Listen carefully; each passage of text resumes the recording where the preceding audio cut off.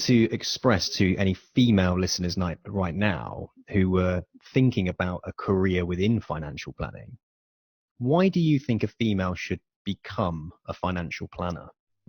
There's so much opportunity and choice and freedom and flexibility, and particularly as a woman, I think that's really important.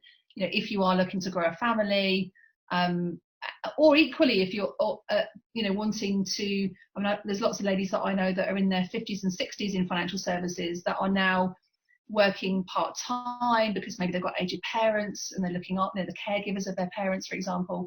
So I think at every life cycle of a woman, there's massive opportunity in this industry.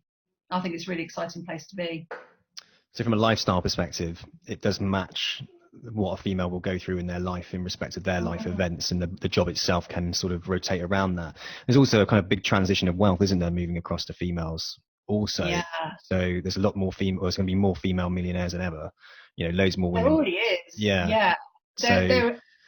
The wealth, the global wealth, there was some research done around this a few years ago actually, but the global wealth is that women hold more than 50% of the global wealth on the planet.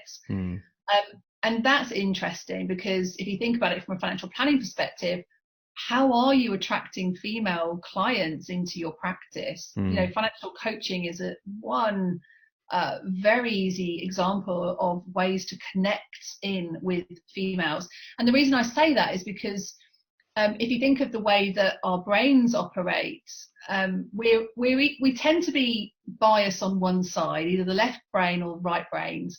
And the left brain deals with logic and reason and like statistics and graphs and cash flow forecasting and things like that. It's very analytical, very logical. The right hand side of it, well, it's not a side actually, they're actually on top of each other.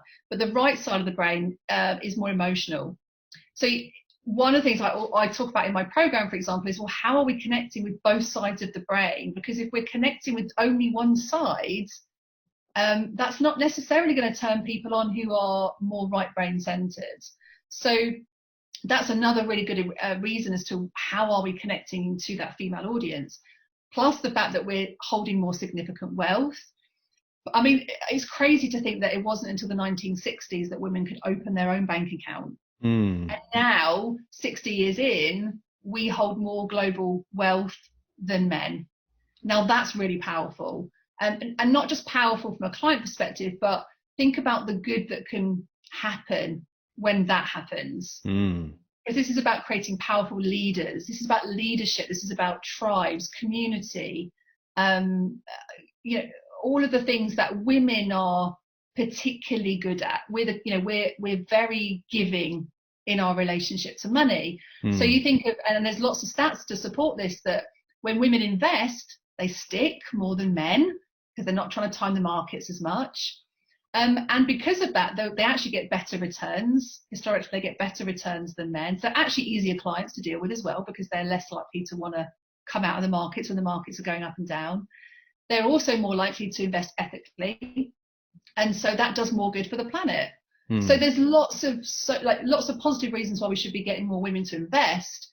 But I think the more women that come into the profession as well, the more we'll see of less, even divorce rates and things like that. If more women are coming into the profession, more women are understanding how to grow wealth and believing they can build wealth and not being codependent on their partners, for example. Being independent financially. This is where the power shift is coming into play, is that women are wanting to take more control and to be financially independent, not because they're going to split up with their partners, but just because we have that opportunity to be like that now, and to hold more of that global power.